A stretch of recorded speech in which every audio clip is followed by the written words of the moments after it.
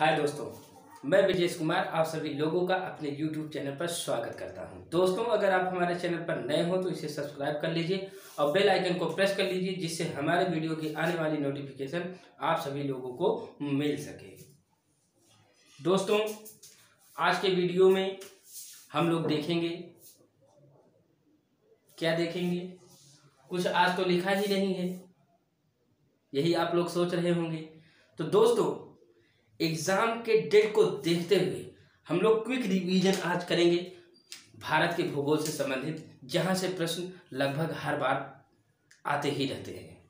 तो चलिए शुरू करते हैं और देखते हैं आज हम कौन से उस टॉपिक के विषय में अध्ययन करेंगे। ओके, शुरू करते हैं। दोस्तों, आज हम लोग देखेंगे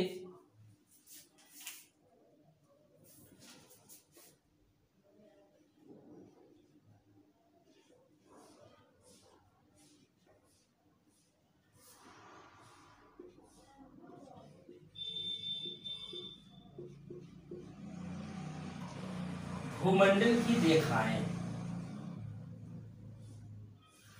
दोस्तों, यहां से प्रश्न बहुत बार आया है, लगभग सभी परीक्षाओं में आया है। उसी को देखते हुए आज हमने इस टॉपिक को चुना है और देखते हैं भूमंडल की रेखाएं होती कैसे हैं। तो दोस्तों, संसार में बहुत सारे महाद्वीप हैं और उन महाद्वीपों की स्थिति मैप में और ग्लोब में किस तरीके से रखा गया है, उसी को हम लोग सबसे पहले समझते हैं।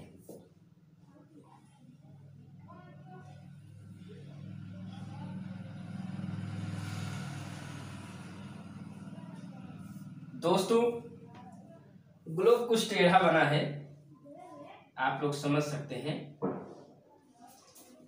यह है हमारा ग्लोब।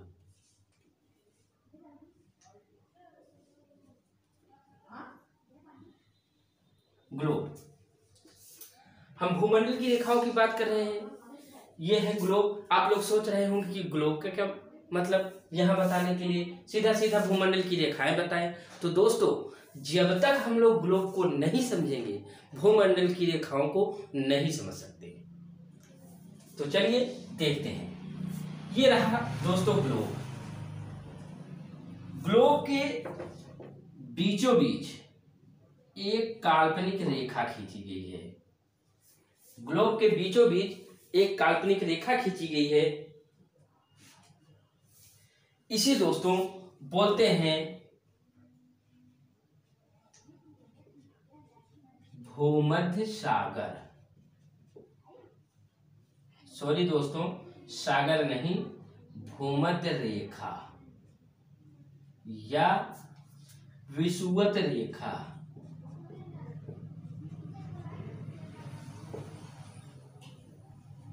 विषुवत रेखा, यह दोस्तों रेखा पृथ्वी को दो बराबर भागों में डिवाइड कर देती है। आप लोग देख रहे होंगे, दो बराबर भागों में डिवाइड है। इसे दोस्तों 0 डिग्री रेखा भी कहते हैं। यानी इस रेखा को 3 नामों से जाना जाता है। पहला भूमध्य रेखा, दूसरा विषुवत रेखा, तीसरा 0 डिग्री रेखा। ओके, अब दोस्तों यह इस ग्लोब को 2 भागों में डिवाइड कर रहा है, तो इसका अलग अलग नाम भी होगा। तो दोस्तों, यह जो 2 भागों में डिवाइड कर रहा है, इसको बोलेंगे उत्तरी गोलार्ध।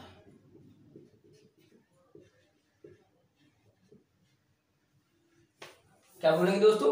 उत्तरी गोलार्ध। इसको बोलेंगे दक्षिणी गोलार्ध।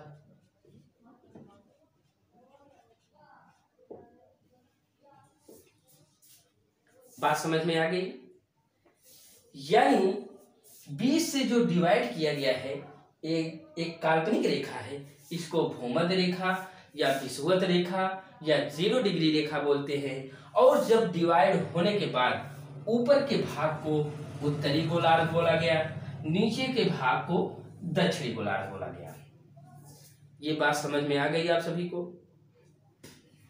अगर अपने इंडिया की बात करेंगे तो हमारा इंडिया उत्तरी गोलार्ध में है, यानी दोस्तों 0 डिग्री रेखा के उत्तर जितने भी देश होंगे वो सभी उत्तरी गोलार्ध में होंगे, और विषुवत रेखा के दक्षिण में जितने भी देश होंगे वो सभी दक्षिणी गोलार्ध में स्थित होंगे।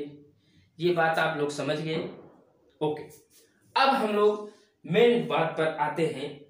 इस पे दोस्तों, इस ग्लोब पे इस रेखा के बावजूद कुछ रेखाएं और खींची गई हैं। वो रेखा क्या है दोस्तों, समझते हैं। यानी इस 0 डिग्री से 23.5 डिग्री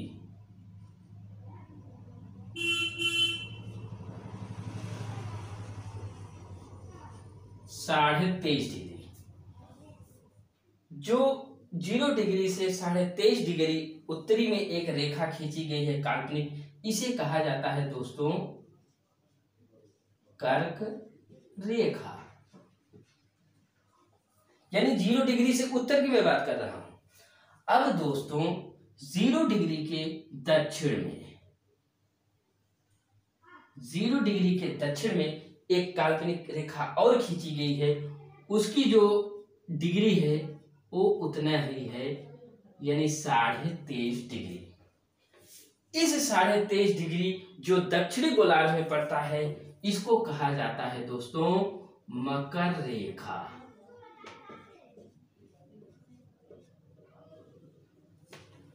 इतनी बातें आप सभी को समझ में आ गई होंगी।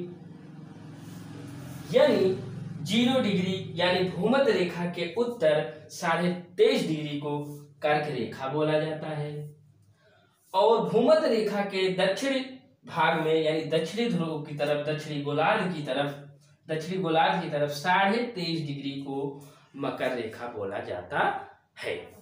ये बात आप लोग समझ गए, आशा करते हैं समझ गए होंगे। अब हम लोग एक ग्लोब का और निर्माण करते हैं, उसको समझते हैं वो क्या है। एक ग्लोब दोस्तों हम यहां बनाते हैं। सॉरी, थोड़ा साफ नहीं आ रहा है दोस्तों।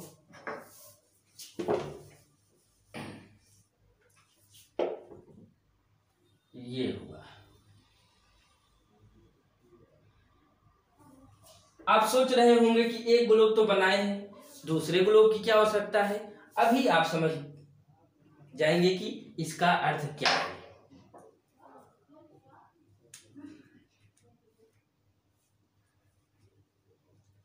दोस्तों इतना चीज समझने के बाद अब हम लोग दूसरे ग्लोब पर यह समझेंगे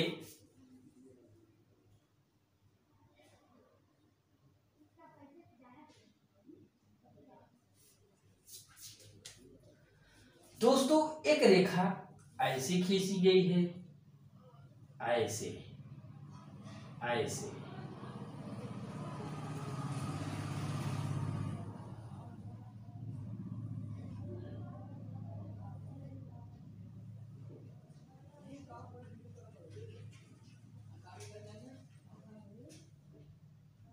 ऐसे ऐसे।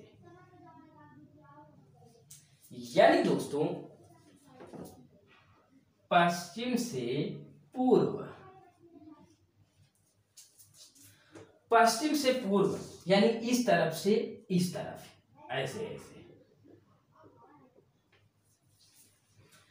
पश्चिम से पूर्व की तरफ जो रेखा दोस्तों खींची गई है उसे अक्षांश रेखा बोलते हैं। क्या बोलते हैं दोस्तों? अक्षांश रेखा।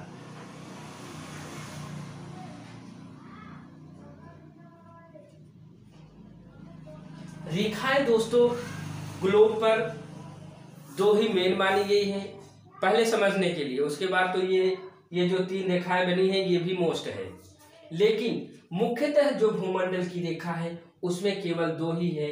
एक पश्चिम से पूर्व की तरफ जो खींची गई है उसे अक्षांश रेखा बोलते हैं, और इंग्लिश में दोस्तों इसे कहते हैं लेटीट्यूड। याद करना दोस्तों बहुत ही इजी है। देखिए एक रेखा है, ऐसे खींची गई है बाएं से दाएं की तरफ, यानी पश्चिम से पूर्व की तरफ। वो लेटा हुआ है, इसलिए इसको हम ये समझ लेते हैं कि जो लेटा है वो अक्षांश रेखा है। ओके, दूसरी रेखा हम लोग देखते हैं दोस्तों। एक रेखा ऐसे खींची गई है,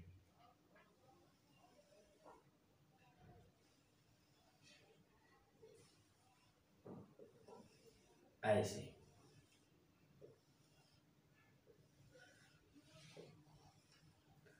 यानी दोस्तों उत्तर से दक्षिण, यानी इधर से उत्तर से दक्षिण, उत्तर से दक्षिण जो रेखा खींची गई है उसे दोस्तों देशांतर रेखा बोलते हैं। यानी इस क्षेत्र को देशांतर रेखा, ये वाले पार्ट को देशांतर रेखा। अब बात क्लियर हुई। आप लोगों ने किताबों में देखा होगा, कक्षा 6, 7, 8 की किताबों में दिया है कि जो पश्चिम से पूर्व खींची गई उसे अक्षांश रेखा कहते हैं, इंग्लिश में लेटीट्यूड बोलते हैं, और जो उत्तर से दक्षिण की तरफ खींची गई है उसे दोस्तों देशांतर रेखा बोलते हैं। अंग्रेजी में इसको भी याद करना आसान है, इसे कहते हैं लॉन्गिट्यूड। समझ गए? लंबे लंबे, यानी ऊपर से नीचे की तरफ जो रेखाएं खींची गई है उसे देशांतर रेखा बोलते हैं, इंग्लिश में लॉन्गिट्यूड, और जो साइड में पश्चिम से पूर्व की तरफ अक्षांश रेखा यानी दोस्तों लेटीट्यूड। दो तरह की रेखाएं हमारे ग्लोब पर बनाई गई हैं। और दोस्तों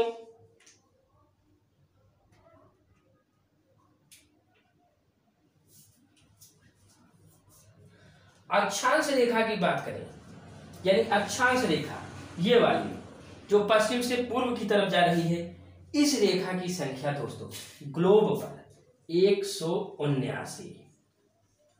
ग्लोब की बात कर रहे हैं दोस्तों, ग्लोब पर इस रेखा की संख्या 179 है।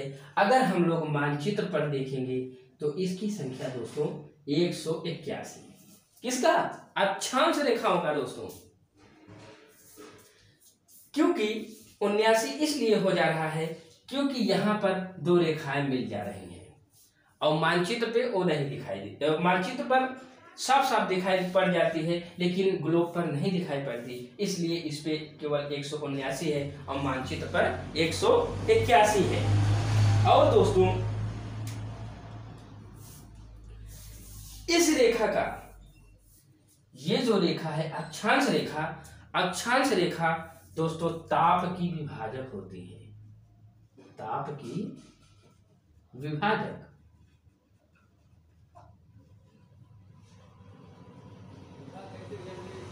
अक्षांश रेखा दोस्तों ताप की विभाजक होती है। इसी कारण अक्षांश रेखाएं कटिबंधों या जोन्सों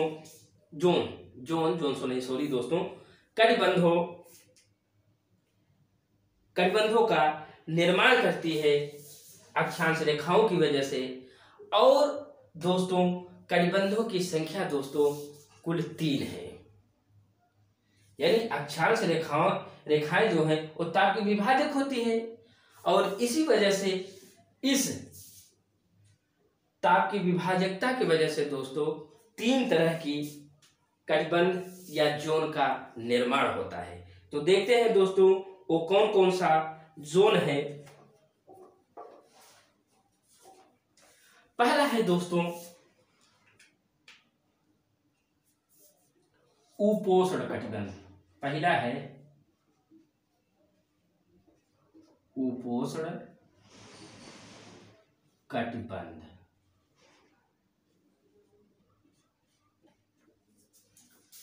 दूसरा है दोस्तों, सॉरी दोस्तों थोड़ा मिस्टेक हो गया है, इसको कर लेते हैं पहले में उष्ण कटिबंध। दूसरा है उपोष्ण कटिबंध पहला उष्ण कटिबंध, दूसरा दोस्तों उपोष्ण कटिबंध और तीसरा है शीतोष्ण कटिबंध।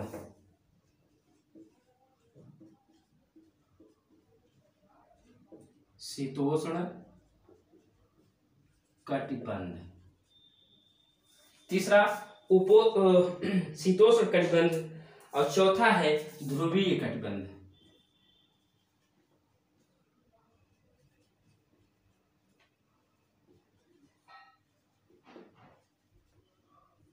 दोस्तों हमने अभी केवल 3 ही बताया था, ये चौथा कहां से ध्रुवीय कटिबंध। दोस्तों क्योंकि सारी कहानी इसी तीन में है, इसलिए इसको हमने नहीं बताया, लेकिन जानकारी के लिए हमने लिख दिया है कि चौथा कटिबंध दोस्तों ध्रुवीय कटिबंध होता है। अब इन सबों की, इन चारों कटिबंधों की हम लोग विशेषता समझते हैं, वो क्या क्या है।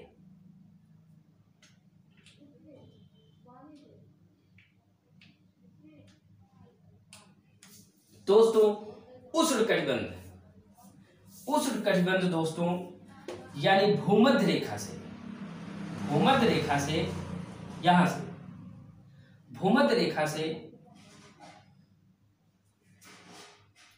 30 अंश, भूमध्य रेखा से 30 अंश उत्तर और 30 अंश दक्षिण, भूमध्य रेखा से 30 अंश उत्तरी अक्षांश और 30 अंश दक्षिणी अक्षांश तक के क्षेत्रों को उष्ण कटिबंध बोला जाता है। और दोस्तों यहां पर सूर्य वर्ष में 2 बार चमकता है, इसी वजह से इस क्षेत्र में हमेशा गर्म मानसून बना रहता है। ओके, हमेशा गर्म मानसून बना रहता है। मैं 30 अंश यानी भूमध्य रेखा से 30 अंश उत्तर और 30 अंश नीचे, 30 अंश यहां पे लिख दे रहा हूं दोस्तों, आप लोग कंफ्यूज हो जाएंगे, इसको मिटा दे।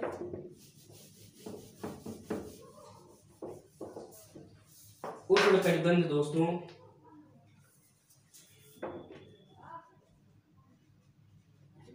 भूमध्य रेखा से 30 अंश उत्तर और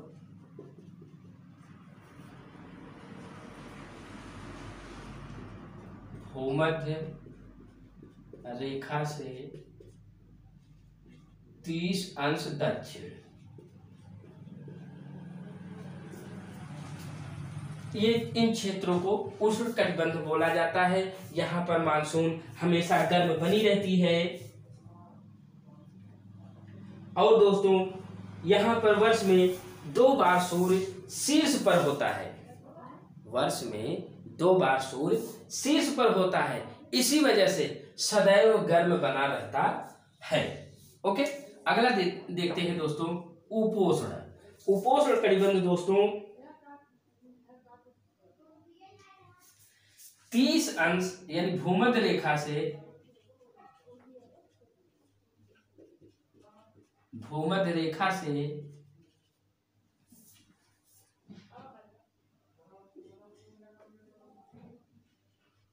30 अंश के ऊपर व 45 अंश के मध्य, यानी दोस्तों भूमध्य रेखा से 30 अंश के उत्तर और 45 अंश के मध्य के क्षेत्रों को उपोष्ण कटिबंध बोला जाता है। दोस्तों यह केवल उत्तर में ही नहीं, दक्षिण में भी, यानी भूमध्य रेखा से 30 अंश और 45 अंश के मध्य के उत्तरी गोलार्ध और दक्षिणी गोलार्ध दोनों भागों में इसको उपोष्ण कटिबंध बोला जाता है।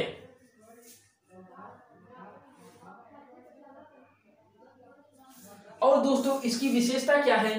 यहाँ की विशेषता दोस्तों, कुछ महीने गर्मी रहेगी, कुछ महीने सर्दी रहेगी।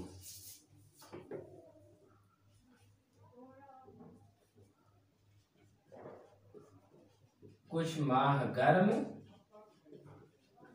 कुछ सर्द। समझ गए इसकी विशेषता। अब दोस्तों देखते हैं शीतोष्ण कटिबंध।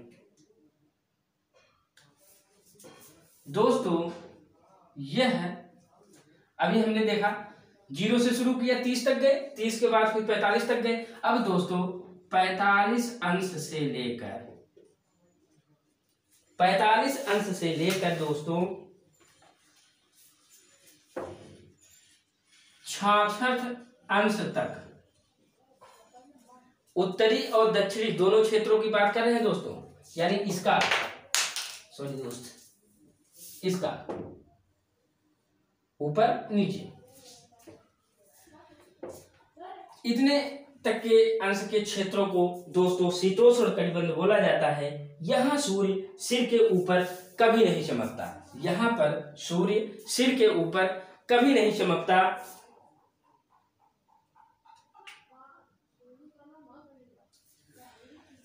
ऊपर अगर नहीं चमकेगा दोस्तों तो सूर्य की किरण कैसी होगी, हमेशा तिरछी होगी इस कटिबंध में, शीतोष्ण कटिबंध में। ओके, बात समझ गए 3। अब आगे देखते हैं दोस्तों चौथा क्या है।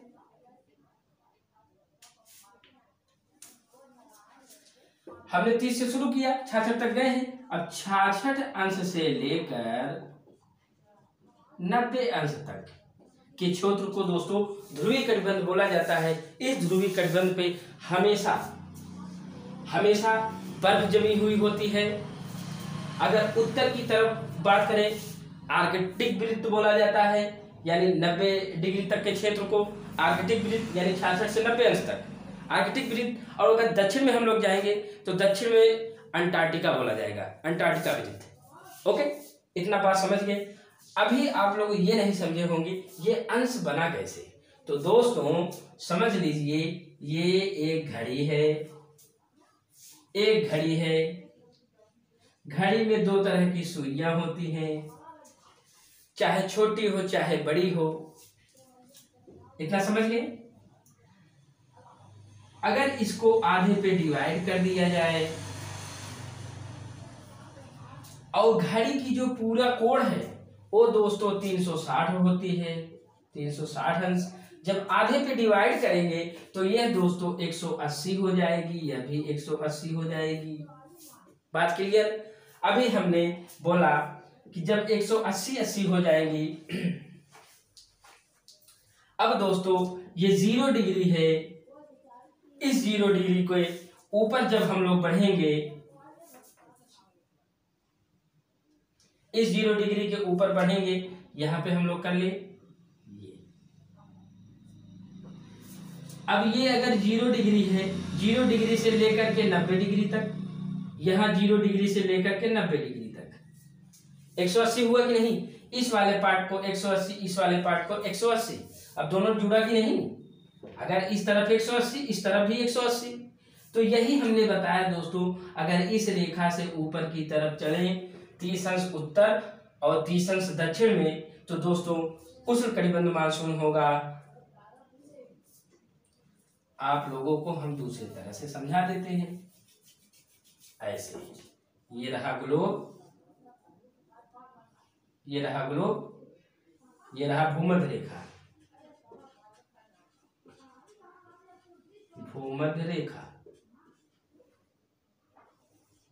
ये रहा कर्क रेखा, यह 0 डिग्री, यह 23.5 डिग्री। दक्षिण में दोस्तों मकर रेखा, यह भी 23.5 डिग्री। बात समझिए ना।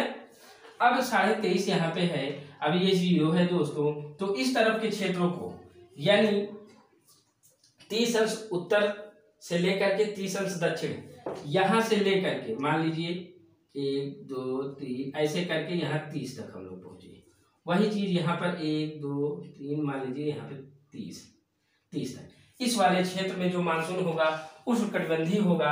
अगर 30 अंश से ऊपर हम लोग चले, 30 अंश से 45 अंश तक चले, तो वहां पर दोस्तों उपोष्ण कटिबंध होगा। और अगर 45 अंश से ऊपर हम लोग यहाँ पर चले, कितना 66 मान लीजिए, यहाँ तक चले तो वहां पर दोस्तों मानसून शीतोष्ण कटिबंध होगा। और अगर 66 से ऊपर हम लोग 90 डिग्री तक पहुंचे, यहाँ 90 डिग्री तक पहुंचे, तो यहाँ पर जो कटिबंध होगा वो ध्रुवीय कटिबंध होगा। बात इतना समझ में आ गई? तो चलिए आगे देखते हैं। और एक इंपॉर्टेंट और है दोस्तों, स्क्रीनशॉट ले लीजिए तब आगे बढ़ें।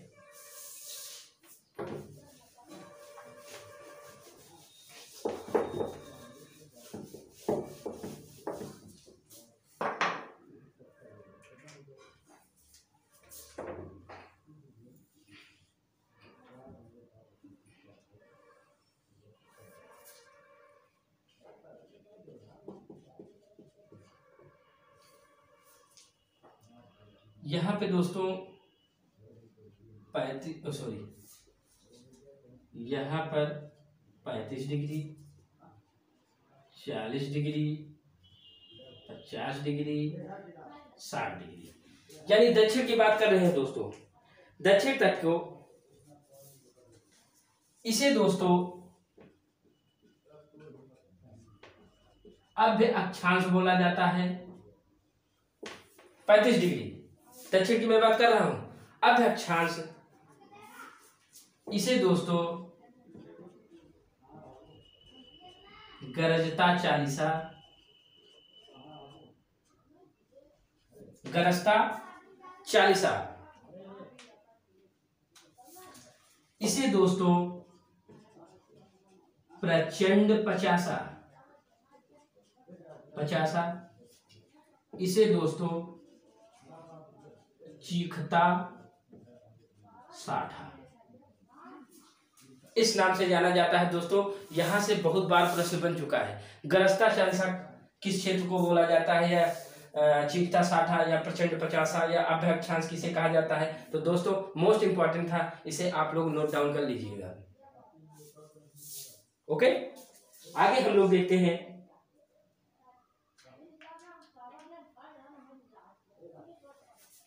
बात समझ में आ गई? चलिए आगे हम लोग देखते हैं। 3 तरह की रेखाओं का हम लोग दोस्तों वर्णन करेंगे।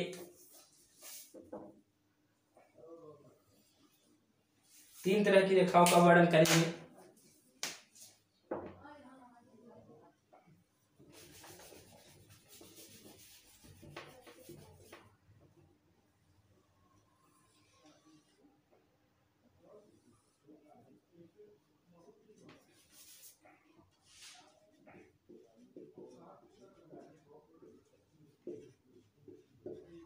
विषुवत रेखा दोस्तों, इसकी कुछ विशेषता है, हमने पहले ही बता दी। विषुवत रेखा या भूमध्य रेखा,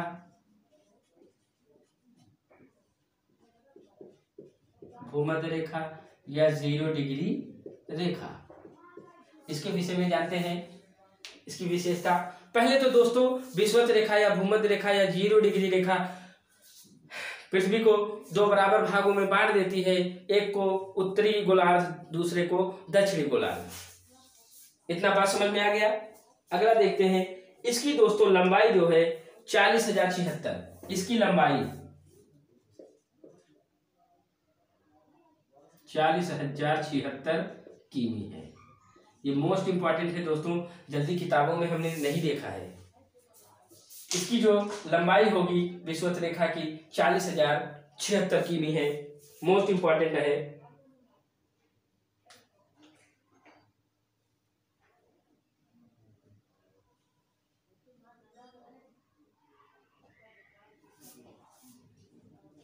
दोस्तों भूमध्य रेखा से अगर उत्तर जाया जाए या दक्षिण जाया जाए, इसका जो कोणीय मान होगा दोस्तों, मोस्ट इंपॉर्टेंट है, इसका कोणीय मान बढ़ जाता है,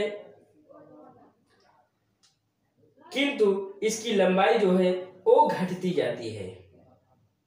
मोस्ट इंपॉर्टेंट है, इसकी लंबाई घटती जाती है। और यह रेखा, यहां से प्रश्न बना है, यह रेखा यानी विषुवत रेखा कांगो नदी विषुवत रेखा को 2 बार काटती है। 2 बार काटती है। काटने का मतलब ये हुआ दोस्तों, जैसे मान लीजिए ये विषुवत रेखा है, यहां से निकली इधर गई, फिर ये ऐसे गिर गई, 2 बार काटा कि नहीं। वैसे ही कांगो नदी, ये प्रश्न बन चुका है कि विषुवत रेखा को 2 बार काटने वाली कौन सी वो नदी है, तो दोस्तों कांगो नदी है, जो अफ्रीका महाद्वीप में पड़ता है। ओके। और दोस्तों विषुवत रेखा कुल 13 देशों से होकर के गुजरती है, 13 देशों से होकर गुजरती है। यहां से भी दोस्तों प्रश्न बन चुका है, हम लोग बारी बारी से देख लेते हैं कौन कौन से वो 13 देश हैं। दोस्तों पहला देखते हैं ब्राजील, पहला ब्राजील, दूसरा इक्वाडोर,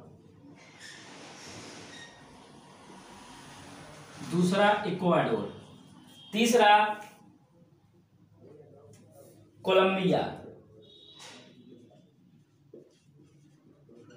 कोलंबिया, चौथा किरिबाती, पांचवा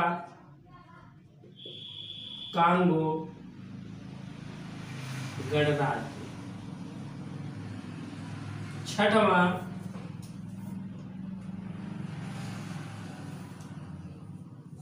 कांगो लोकतांत्रिक गणराज्य। नंबरिंग कर लेते हैं दोस्तों। और प्रिंसेप, साओ टोम्स और प्रिंसेप केन्या अफ्रीका देश है, Uganda, Kenya, Uganda, Somalia,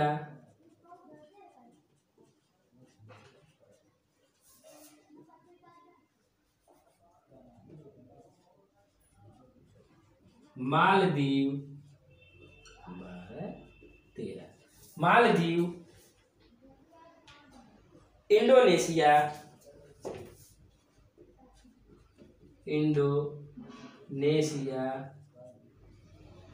Gabon. Clear दोस्तों, यानी विषुवत रेखा कुल 13 देशों के मध्य से होकर के गुजरती है। उन देशों का क्रमशः नाम दोस्तों Brazil, Ecuador, Colombia, Kiribati, Congo गणराज्य, कांगो लोकतांत्रिक गणराज्य, साओ टोम्स और Principe, Kenya, Uganda, Somalia, Maldives, Indonesia और गैबन। इतने देशों से होकर के गुजरता है। प्रश्न दोस्तों यूपीएससी में बन चुका है कि कौन सा वो देश है जो विषुवत रेखा से होकर के नहीं गुजरता, या विषुवत रेखा उस देश से होकर के नहीं गुजरती। 4 ऑप्शन दे देगा, उसमें एक नहीं होगा, वही हमारा आंसर सही माना जाएगा दोस्तों। ऐसे ऐसे प्रश्न बने हैं। रेलवे में भी ऐसे प्रश्न बना, जैसे यहाँ से मान लीजिए मालदीव अरब सागर का एक देश है, पूछ ले कि कौन सा वो देश है जिसके बीचों बीच से विषुवत रेखा या भूमध्य रेखा या 0 डिग्री रेखा गुजरती है। तो उसमें दोस्तों 3 ऐसे कंट्री दिए होंगे जहां से नहीं गुजरती, एक ऐसा कंट्री दिया होगा जहां से गुजरता होगा। तो मालदीव अगर दिया है तो मालदीव से गुजरता है, तो यही हमारा आंसर हो जाएगा दोस्तों। ओके। और दोस्तों एक मोस्ट इंपॉर्टेंट बात यह है, चलिए आगे हम लोग चर्चा करेंगे। इतना बात समझ में आ गई, स्क्रीनशॉट ले लिए। चलिए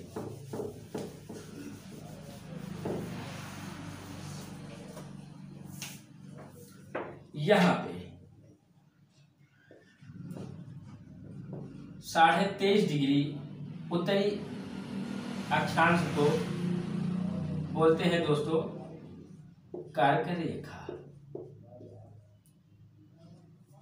23.5 डिग्री उत्तरी अक्षांश को दोस्तों कर्क रेखा बोला जाता है।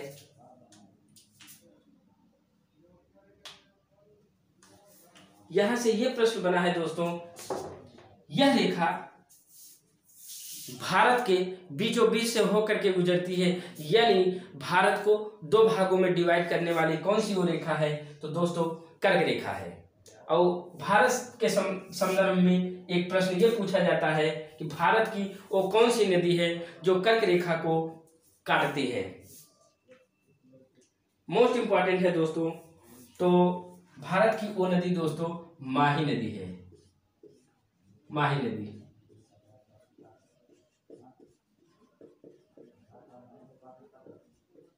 को काटती है। यहां से दोस्तों प्रश्न बन चुका है। 21 जून को दोस्तों 21 जून को सूर्य कर्क रेखा पर लंबवत चमकता है, इसलिए इस तिथि को उत्तरी गोलार्ध में सबसे बड़ा दिन, उत्तरी गोलार्ध में सबसे बड़ा दिन और दक्षिणी गोलार्ध में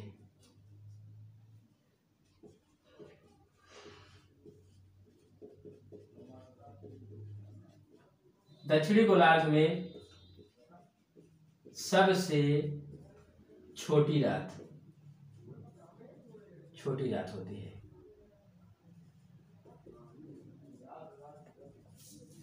समझ गए बात? यानी 21 जून के दिन सूर्य इस रेखा पर लंबवत चमकता है, इसलिए 21 जून को उत्तरी ध्रुव पे 21 जून को सबसे बड़ा दिन माना जाता है या होता है, और दक्षिणी गोलार्ध में सबसे छोटी रात होती है।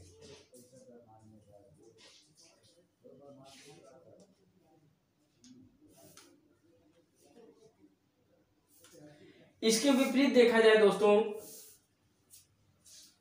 तो 21 जून को उत्तरी गोलार्ध में सबसे छोटी रात, उत्तरी गोलार्ध,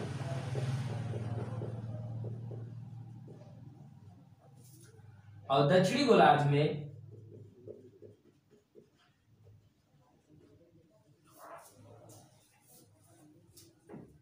सबसे बड़ा दिन।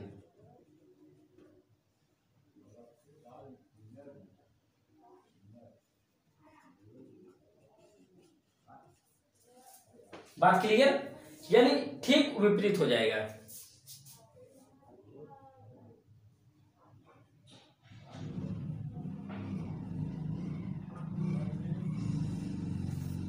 बात इतना समझ गए? आगे देखते हैं। कर्क रेखा भारत के 8 राज्यों से होकर के गुजरती है। कितने राज्यों से होकर के गुजरती है दोस्तों? 8 राज्यों से। उन राज्यों के विषय में थोड़ा हम लोग देखते हैं कौन कौन से वो राज्य हैं। तो पहला दोस्तों गुजरात, दूसरा राजस्थान, तीसरा त्रिपुरा,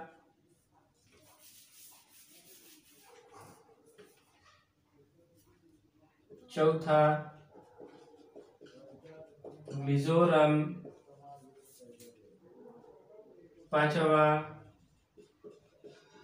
छत्तीसगढ़, छठवा झारखंड,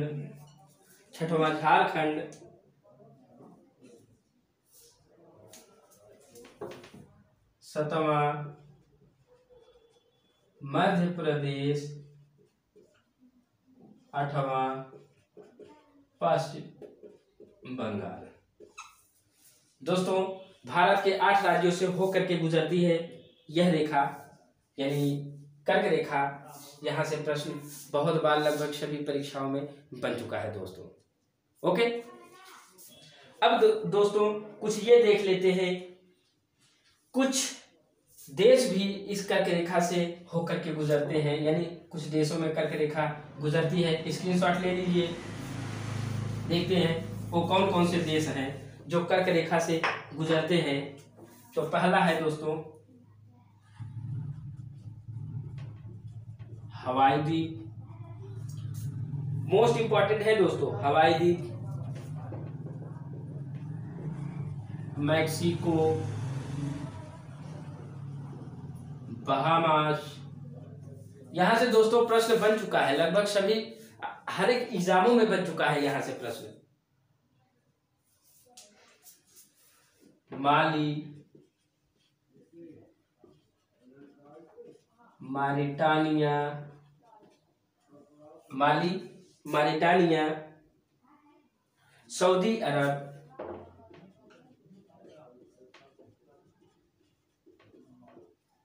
मिस्र,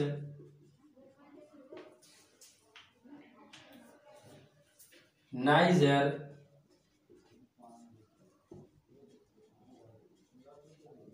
अल्जीरिया, चाड, लीबिया,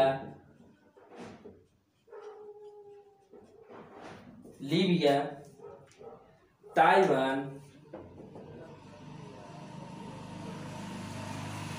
चीन, म्यांमार, बांग्लादेश, भारत,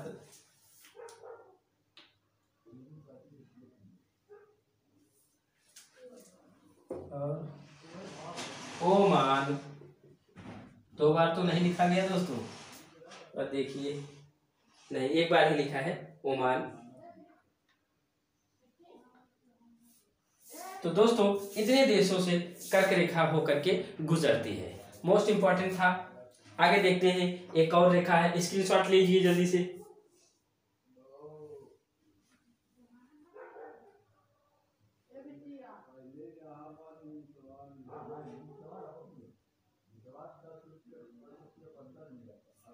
क्लियर?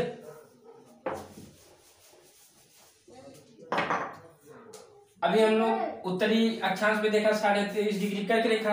अब हम लोग दक्षिणी अक्षांश पर देखते हैं 23.5 डिग्री, यानी दोस्तों मकर रेखा। मकर रेखा 23.5 डिग्री दक्षिणी अक्षांश पे दोस्तों मकर रेखा है। यह दोस्तों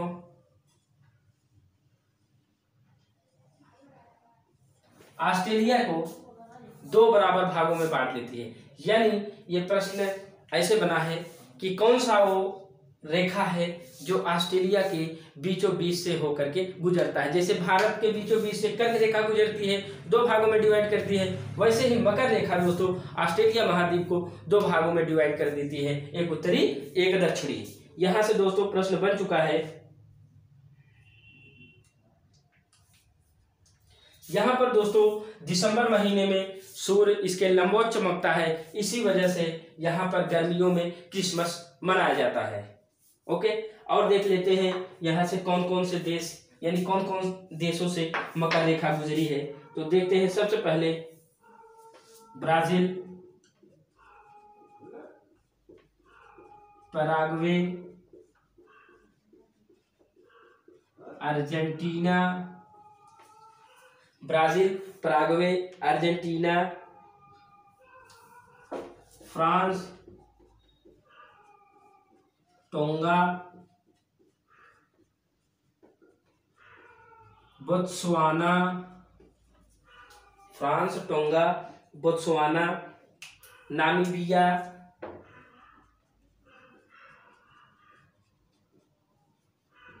Australia, Namibia, Australia, Madagascar,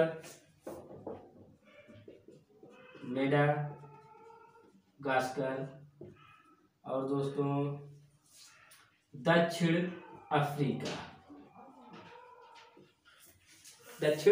Africa. ये फ्रांस जो दोस्तों लिखा है, इसे फ्रेंच पोलिनेशिया बोला जाता है, ये सही होगा, फ्रेंच पोलिनेशिया। दोस्तों इतने देशों से मकर रेखा होकर के गुजरती है। अब तो हमें नहीं लगता भूमंडल की कोई रेखाएं छूटी है। दोस्तों हम लोग अक्षांश रेखा और देशांतर रेखा को एक अलग से वीडियो में हम लोग अध्ययन करेंगे। जितनी भी रेखाएं इंपॉर्टेंट थी हमने उसका उल्लेख कर दिया है। आशा करते हैं सभी बातें समझ में आ गई होंगी, यानी इन रेखाओं का क्या महत्व है, क्या महत्व नहीं है, सारी चीजें हम लोग समझ गए हैं। ओके, अगर दोस्तों यह वीडियो पसंद आया हो तो लाइक और शेयर जरूर करिएगा दोस्तों, और कमेंट के माध्यम से हमको जरूर ये बताइए कि आपको यह वीडियो कैसा लगा। आपके कमेंट और लाइक शेयर से ही हमें मोटिवेशन मिलता है, जिससे हम और अच्छे अच्छे कंटेंट यहाँ पे प्रस्तुत कर सकें। दोस्तों परीक्षा बहुत ही नज़दीक आ चुका है, समय पूरा खत्म हो चुका है, अब हमारे पास कुछ भी समय नहीं है, तो फास्ट हम लोग रिवीजन करेंगे। चलिए दोस्तों आज के लिए बस इतना ही, बाय बाय।